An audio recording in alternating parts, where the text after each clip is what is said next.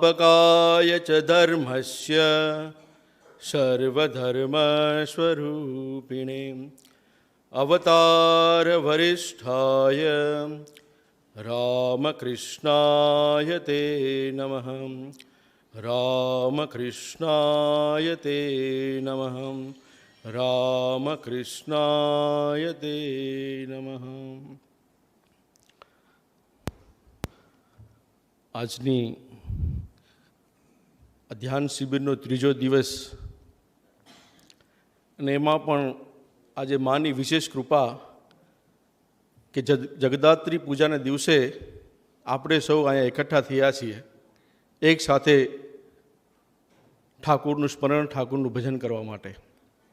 આ માની વિશેષ કૃપા છે કે આ દિવસે આપણે સૌ આશ્રમના પવિત્ર પ્રાંગણમાં એકઠા થયા છીએ. 3 દિવસથી આપ સાંભળતા જ રહો છો એટલે ઘણું બધું વરિષ્ઠ સંન્યાસીઓનું માર્ગદર્શન આપને મળ્યું હશે. પણ આજે આપણે કેટલા ભાગ્યશાળી છીએ, આપણે કેટલા કૃપા પ્રાપ્ત થયેલા છીએ, લાભાન્વિત થયેલા છીએ, એના વિશે હું થોડી 2-4 વાતો કરીશ. આપ સૌને ખ્યાલ છે કે ભગવાન શ્રી રામકૃષ્ણ દેવ સાધના કાળના અંતિમ પડાવમાં નોબતખાનામાં, દક્ષિણેશ્વર નોબતખાનામાં ઉપર જઈ અને પુકારતા હતા ભક્તોને કે આવો આવો, તમે ક્યાં છો? તમારા વગર હું રહી શકતો નથી, મારી કોને વાતો કરવી આ બધી? આ પુકાર રામકૃષ્ણ દેવે દક્ષિણેશ્વરમાં એમના સમયકાળમાં કહેલી. અને ત્યારે પછી આપણે જાણીએ છીએ કે અનેક ભક્તો આવેલા અને એ સિલસિલો આજ સુધી ચાલુ છે. આપણે સૌ અહીંયા આવ્યા છીએ તો આપણે એમ કહીએ કે કોઈ મને લઈ આવ્યું કે આ નહીં, આપણે સૌ ભગવાનની પુકાર સાંભળીને જ અહીં આવ્યા છીએ. સૌથી મોટા ભાગ્યશાળી છીએ. આ જન્મમાં અથવા તો પહેલાંના જન્મમાં આપણે ક્યાંક ને ક્યાંક ભગવાનની પુકાર સાંભળેલી છે. અર્જુને ભગવાન કૃષ્ણને પ્રશ્ન કરેલો કે જે સાધના કરતા હોય એ યોગ ભ્રષ્ટ થઈ જાય અથવા તો સાધના કરતાં કરતાં એનું મૃત્યુ થઈ જાય તો એમનું શું થાય? એટલે ભગવાને કીધું કે ના, એની સાધના છે એ નિષ્ફળ નથી જતી, પણ બીજો જન્મ થાય ત્યાંથી એ સાધના શરૂ થાય છે. આપણે ખબર નહીં આપણો કેટલામો જન્મ હશે. આપણે તો એવી આશા રાખીએ કે આપણે આ પહેલાં પણ આપણો જન્મ થયો હશે ને ઠાકુરનું ભક્તિ કરતા હશું, ઠાકુરનું સ્મરણ કરતા હશું. એટલે એટલા મોટા ભાગ્યશાળી છીએ આપણે કે ઠાકુરની પુકાર સાંભળીને અહીં આવ્યા છીએ. તમે સૌ, એક છોકરો મને કહેતો હતો, મને ઓફિસમાં બેસવાની જવાબદારી સોંપેલી છે એટલે ઘણા બધા લોકો આવતા હોય ને પોતપોતાની વાતો કરતા હોય. એક છોકરો થોડાક દિવસ પહેલાં કહેતો હતો કે હું બસ અહીંથી પસાર થતો હતો, બારોબાર જોયું કે સરસ મંદિર છે, અંદર આવ્યો અને પછી મને બહુ મજા આવી અને ત્યારથી હું સતત આવતો જાઉં છું. અત્યારે અમારો ખાસ વોલેન્ટિયર છે તે.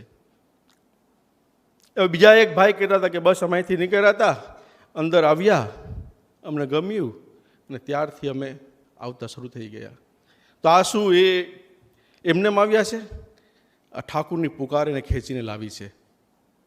ઠાકુર એમને ખુદ લઈને આવ્યા છે. આપણે સૌ ઠાકુર સ્વયં, આપણે તમે વિચાર કરો કે રાજકોટની 35-40 લાખની વસ્તી હશે, એમાંથી કેટલા લોકો અહીં આવ્યા છે? કેટલા લોકો ઠાકુરના ભક્ત છે? 1 લાખ લોકો હશે વધુમાં વધુ આપણા. આ 1 લાખ લોકો ઉપર ઠાકુરે હાથ રાખીને એને સિલેક્ટ કરેલા છે. એ લોકોમાં આપણે છીએ. એ આપણું સૌથી મોટું સદભાગ્ય છે. આવી અનેક ઘટનાઓ મારી ધ્યાનમાં આવેલી છે અને હું કહું કે આપના જો પણ પ્રત્યેકના જીવનમાં જો તો ઠાકુરની સાથે જોડાવાની કોઈ ને કોઈ એક સરસ વાર્તા હશે કે એક સરસ ઘટના હશે કે સ્ટોરી હશે. હું તો કહીશ કે આપ સૌ કેવી રીતના ઠાકુર સાથે જોડાણા, ઠાકુર સાથે કેવી રીતના પ્રેમ થયો, આશ્રમ સાથે કેવી રીતે જોડાણા, એનો એક નિબંધ લખો, અમને અમે આપો. એમાંથી સારી સારી વસ્તુ છે એને શોર્ટ કરીને અમે રામકૃષ્ણ જ્યોતમાં મહારાજને વિનંતી કરશું તો આપશે. બધાની એક એક અલગ અલગ સ્ટોરી છે કે જેના માધ્યમથી એ લોકો ઠાકુર સાથે જોડાણા છે. અચ્છા, આવી તો ગયા છે, પછી ગુરુ મંત્ર મળેલો છે. કેવો ગુરુ મંત્ર, કેટલો પ્રભાવશાળી ગુરુ મંત્ર છે આ. હંમેશા આપને શક્તિ આપે, સાહસ આપે. કોઈ પણ પરિસ્થિતિ હોય, ગુરુ મંત્રની અંદર એટલી શક્તિ છે કે તે દરેક પરિસ્થિતિમાં તમને સાહસ આપે, તમને હિંમત આપે. મને યાદ છે જ્યારે મારી મંત્ર દીક્ષા થઈ, હું તો 1 વર્ષનો પરિચય થયો હતો અને તરત મારી મંત્ર દીક્ષા થઈ. મને બહુ ઠાકુરમાં સ્વામીજી વિશે જાણતો નહોતો, પણ એવું થતું કે મંત્ર દીક્ષા શું છે, મંત્ર દીક્ષા શું છે. અને પરમ પૂજ્ય ગુરુદેવની મારા પર કૃપા થઈને મંત્ર દીક્ષા થઈ ગઈ. પણ તે દિવસે ત્યારે ઘણા સ્ટ્રગલનો પીરિયડ ચાલતો હતો, પણ તે દિવસે મને એટલો કોન્ફિડન્સ આવી ગયો કે મારી પાસે એક તલવાર એવી આવી ગઈ છે જે બધા સંઘર્ષમાં મને કામ લાગશે, જે કોઈ પણ પરિસ્થિતિમાં મને હિંમત આપશે. અને આજ દિવસ સુધી એ મંત્રએ મને દરેક પરિસ્થિતિમાં સાહસ આપ્યું છે, શક્તિ આપી છે. આ એવો ગુરુ મંત્ર છે આપણી પાસે, એવો ગુરુ મંત્ર છે કે તમને દરેક જગ્યાએ હિંમત આપશે, દરેક જગ્યાએ સાહસ આપશે, શક્તિ આપશે. આપણે ક્યાંય જવું હોય, ઘણી વખત અમારે ટ્રાવેલિંગ કરવાનું થાય તો લાંબી, પહેલાં તો કલકત્તા જાય તો કેટલી લાંબી જર્ની, 2 દિવસ ને 3 રાત ને એટલું બધું. પણ આંખ બંધ કરીને બસ જપ કરીએ તો ક્યારે પહોંચી જાય ખબર નહીં. જપ ચાલુ રહે, જપ ચાલુ રહે, જપ ચાલુ રહે, ક્યારે પહોંચી જાય ખબર નહીં. અચ્છા, બારોબાર ક્યાંક જતા હોય, વાતાવરણ ખરાબ હોય તો તરત મંત્ર જાપ કરીએ એટલે તરત આપણું મન એનાથી અલગ થઈ જાય. પરિસ્થિતિ નથી બદલવાની, પરિસ્થિતિ એની એ જ રહેવાની છે. સંઘર્ષ તો જીવનમાં રહેવાના જ છે, સંઘર્ષ મટવાના નથી. થોડુંક વધારે જમી લઈએ ને તોય પેટ સાથે સંઘર્ષ કરવું પડે. હોટલમાં જાય કે બહાર જાય, થોડુંક વધારે જમાઈ જાય તોય પણ પેટ સાથે સંઘર્ષ કરવું પડે. તો બીજા તો કેટલા બધા સંઘર્ષ છે. પણ આ મંત્ર એવો છે, સ્વામીજીએ કીધું કે જીવનનું નામ જ છે સંઘર્ષ. સંઘર્ષ, સંઘર્ષ, સંઘર્ષ, આ જ જીવન છે. તો સંઘર્ષ તો રહેવાનું જ છે, પણ આ દરેક સંઘર્ષમાં આપણી પાસે એક અમૂલ્ય ભગવાનનું નામ છે, એક શક્તિ છે કે જેને દ્વારા આપણે એ પરિસ્થિતિને પાર થઈ શકીએ. પરિસ્થિતિ બદલવાની નથી, પણ આપણી અંદર એટલી શક્તિ હશે, એટલી ઉર્જા હશે કે પરિસ્થિતિ આપણે અસર નહીં કરી શકે. ઘણા બધા લોકોને જોઉં છું, કેટલા બધા લોકો એવા ભક્ત આવે છે કે જેને ઘણી બધી તકલીફો છે પણ એટલો આનંદ છે. તો કે આપણે પૂછીએ કેમ છે તમને, એટલે નહીં, કોઈ તકલીફ નહીં. પરમ પૂજ્ય સ્વામી ભૂતેશ્વરજી મહારાજને જોઈ લ્યો, એને કેટલી બધી તકલીફ હતી, કેટલા બધા ઓપરેશન કરેલા, પણ હંમેશા આનંદમાં, હંમેશા. એક બેન હતા, થોડાક દિવસ પહેલાં એના દ્વારા એક ઠાકુરનું કામ થવાનું હતું.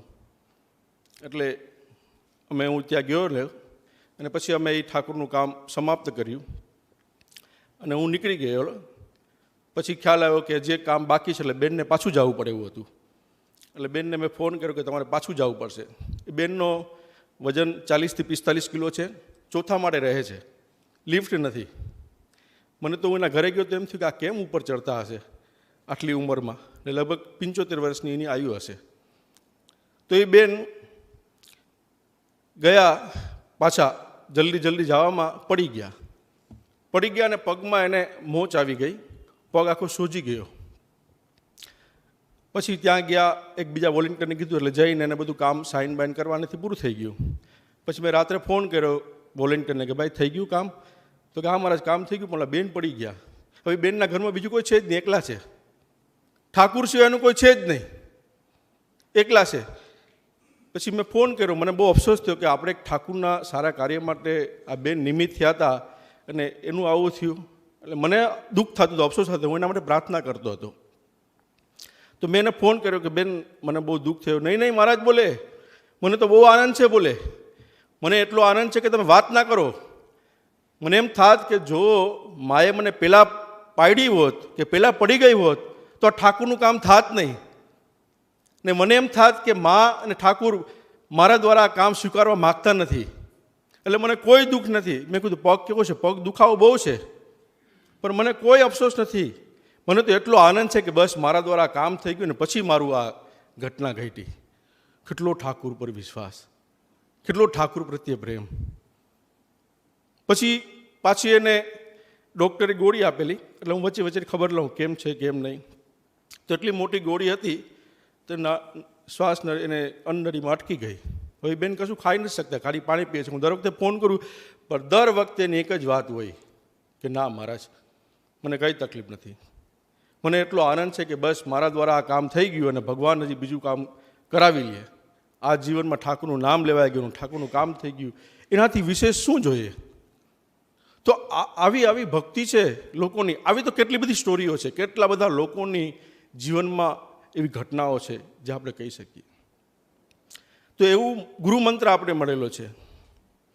ત્રીજા નંબરમાં આપણી પાસે બહુ સરસ ઠાકોરનું મંદિર છે. આપણે ગુજરાતમાં જોઈએ તો રાજકોટ સૌથી જૂનું છે, પોરબંદર છે, લીંબડી છે, વડોદરા છે, અમદાવાદ છે, ભુજ છે. આ બધા સ્થાન કેવા છે કે જ્યાં સ્વામી વિવેકાનંદના ચરણ જ પડેલા. સ્વામી વિવેકાનંદ ત્યાં રહેલા એટલે ત્યાં આશ્રમ થયું છે. હેડક્વાર્ટર એ બેઝ ઉપર ત્યાં આશ્રમની પરમિશન આપેલી. રાજકોટ એવું નથી. રાજકોટમાં તો ઠાકુરજી સ્વયં સિલેક્ટ કરીને સ્વયં આવીને બેઠા છે ને આ સુધી બેસીને પ્રાર્થના સાંભળે છે. આ દિવસ સુધી ઠાકુર પ્રાર્થના સાંભળે છે. કેટલા લોકો આવીને કહે છે કે મહારાજ મેં આ પ્રાર્થના કરી હતી ને મારી પ્રાર્થના સફળ થઈ ગઈ, ઠાકુરે મારી પ્રાર્થના સાંભળેલી. મારો પોતાનો અનુભવ છે કે જેટલી ઠાકુરને પ્રાર્થના કરી. એક વસ્તુ છે, આપણે કદાચ આપણા માટે પ્રાર્થના કરીએ તો કદાચ વાર લાગશે સાંભળવામાં, પણ બીજા માટે પ્રાર્થના કરશું તો ભગવાન તરત સાંભળશે.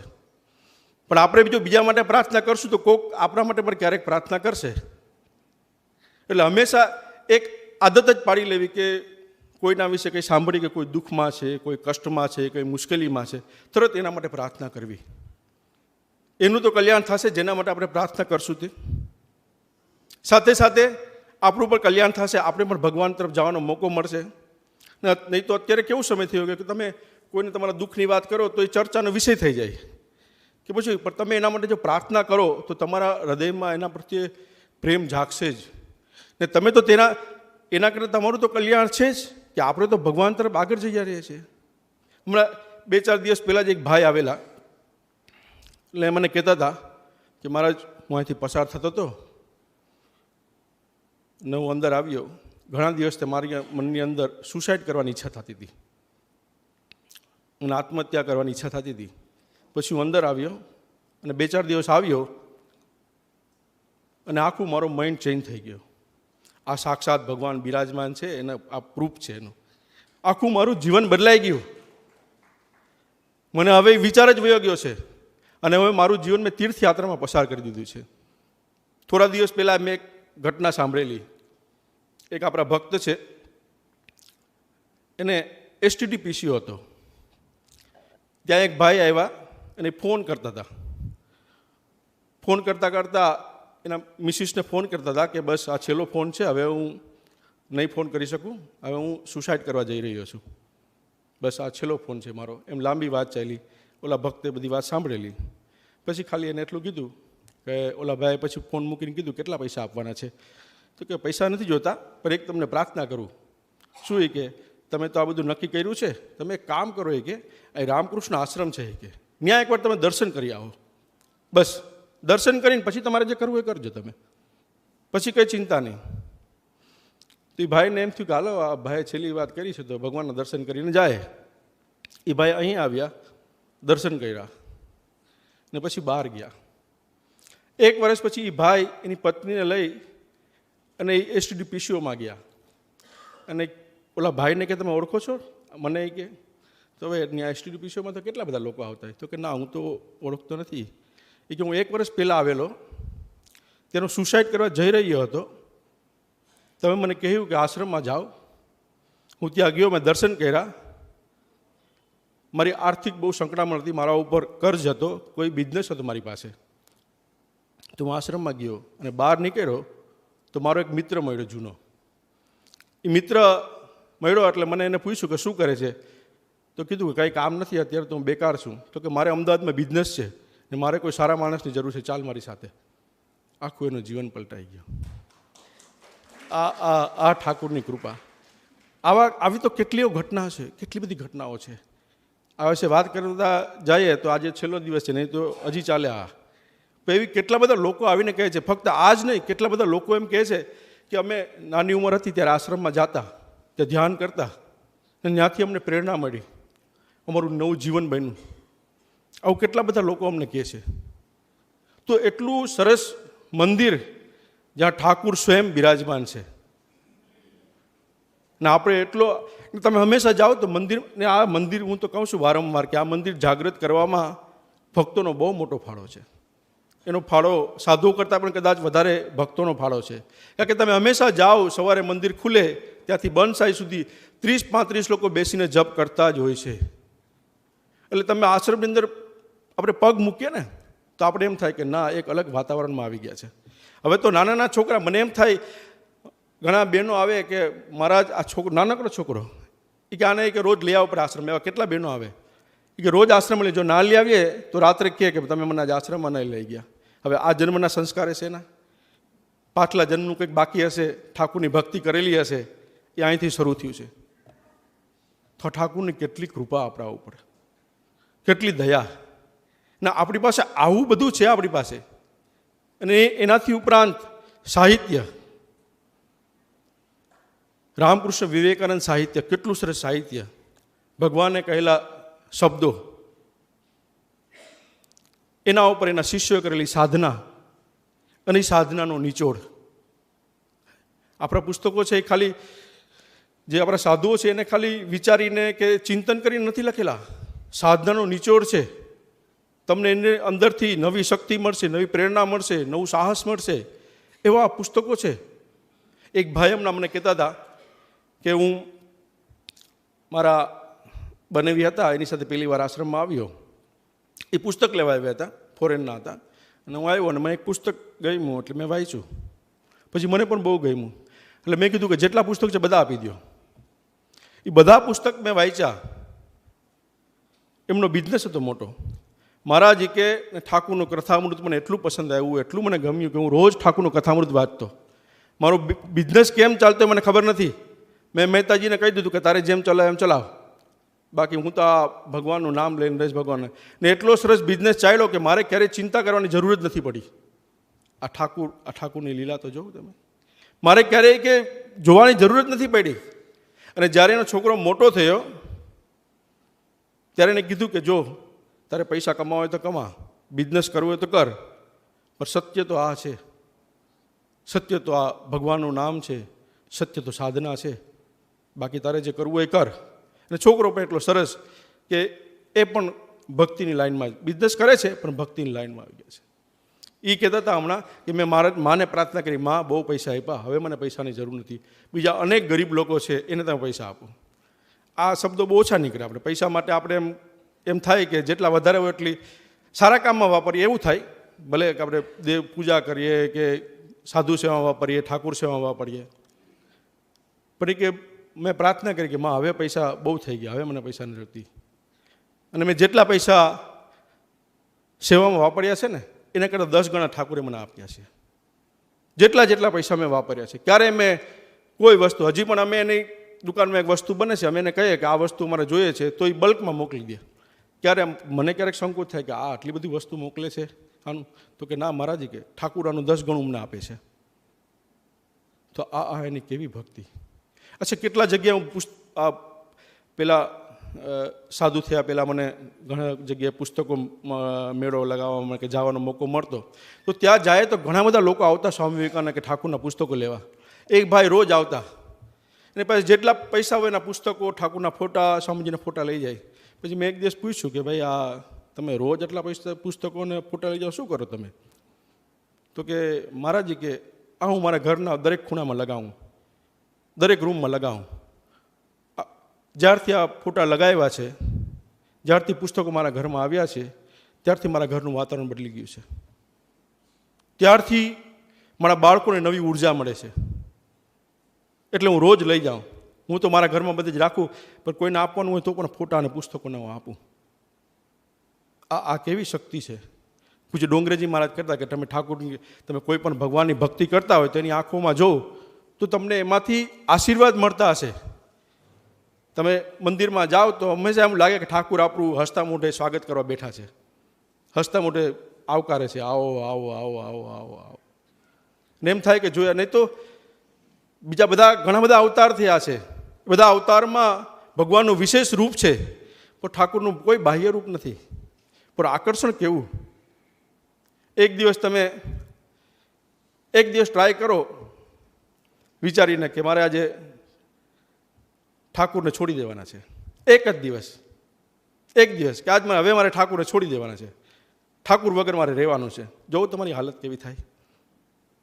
જ્યારે મારો આ સંન્યાસ લેવાનો કે આ લાઈફ ને લેવાનો જે વિચાર ચાલતો હતો, ત્યારે ઘણી વખત ઘરની પરિસ્થિતિ એવી હતી, એટલે મને એમ થયું કે એક વખત એમ થયું કે ના, હવે મારે પૈસા જ કમાવા છે ને ઘરની સેવા કરવી છે.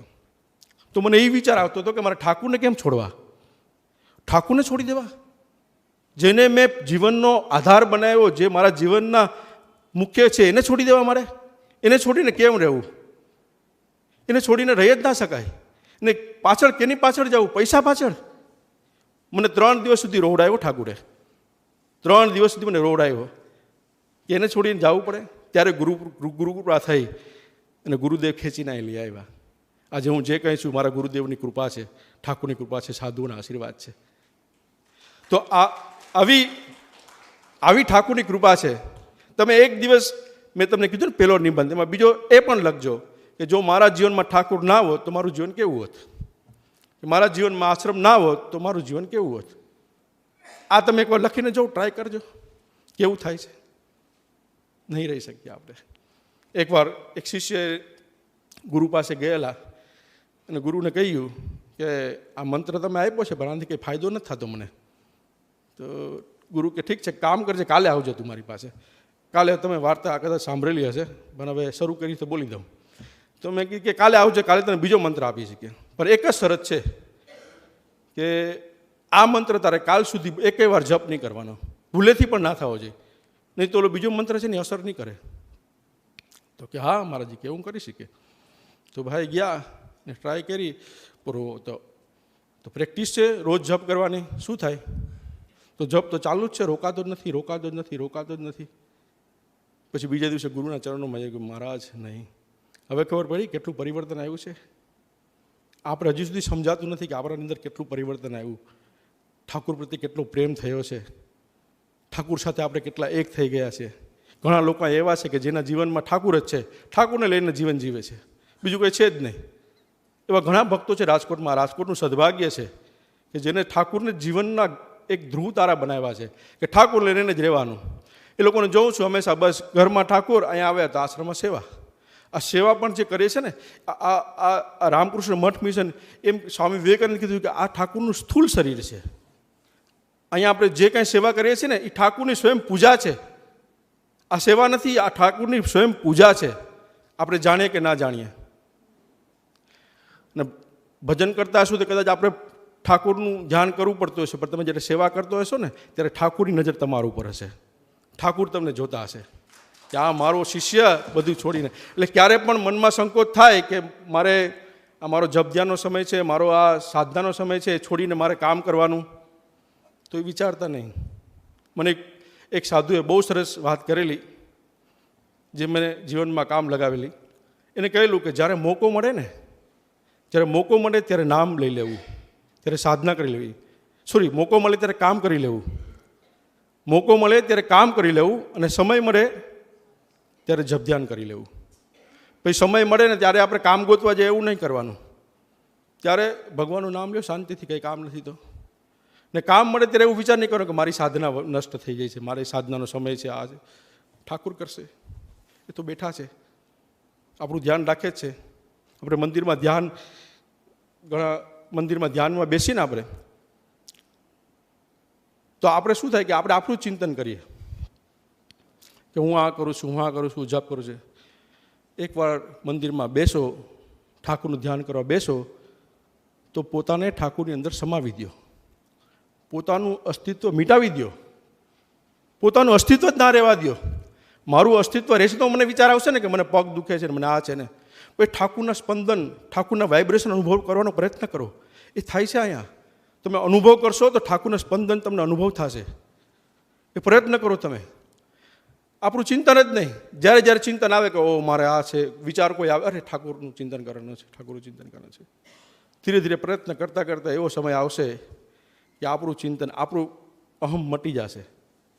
આપણે છે નહીં, આપણું છે કે નથી બધું પતી જશે. એક વસ્તુ ધ્યાન રાખવી, ઠાકુર અહંકાર સહન નથી કરી શકતા. ઠાકુર 1000 ગુના માફ કરી દે, પણ અહંકાર હશે તો ઠાકુર પ્રેમ નહીં કરે. એટલે અહંકાર ના રાખવો કોઈ જાતનો.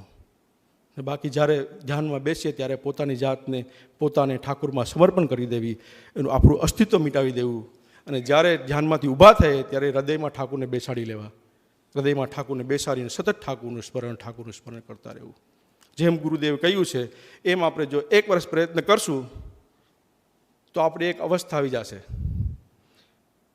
એ અવસ્થા પછી આપણે કંઈ કરવાની જરૂર પડે, પછી થશે. જ્યાં સુધી કરવાનો પ્રયત્ન રહેશે ને ત્યાં સુધી સાધનાનો સમય છે, પણ પછી થશે. તમે સતત ઠાકુરનું જપ કરો, ઠાકુરનું સ્મરણ કરો, મનન કરો, પછી અંદર એક મશીન છે, એ મશીન ચાલુ થઈ જશે. એ મશીન ચાલુ થયા પછી એટલો આનંદ આવશે કે એની કોઈ સીમા નથી. બહારની બધી વસ્તુ તમને અસર નહીં કરે. તમે કોઈની સાથે બેઠા છો, કંઈ પ્રોગ્રામમાં ગયા છો, એની રીતના બધું ચાલશે, વ્યવહાર એની રીતના ચાલતો રહેશે. અને અંદર ઠાકુરનું ભજન, ઠાકુરનું સ્મરણ, ઠાકુરનું ચિંતન ચાલતું રહેશે. અને આવો સમય આવશે ને પછી આપણે કંઈ કરવાની જરૂર, પછી એ કરશે. પછી આપણે ધ્યાન રાખવાનું કે આ બંધ ના થાય, નહીં તો આ બંધ પણ થઈ જાય. તો ઠાકુર કહે ને કે રોજ ઠાકુર જે સમાધિ, ઠાકુરને બધું પ્રાપ્ત કરી લીધું પછી પણ રોજ પૂજા પાઠ બધું કરતા, ધ્યાન કરતા. પછી કોઈ પૂછ્યું કે તમે હજી સુધી આ તમારે થઈ ગયું? તો ઠાકુરે કીધું કે આ લોટો છે ને, પિત્તળનો લોટો, એને રોજ સાફ કરવો પડે, નહીં તો આમાં ડાઘ લાગી જાય. એટલે આપણે રોજ એમ એ પ્રયત્ન તો કરતો જ રહેવો પડે.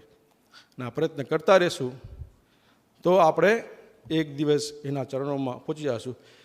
મારો ટાઈમ પૂરો થઈ ગયો છે, 5 મિનિટ વધુ લેવાઈ ગઈ.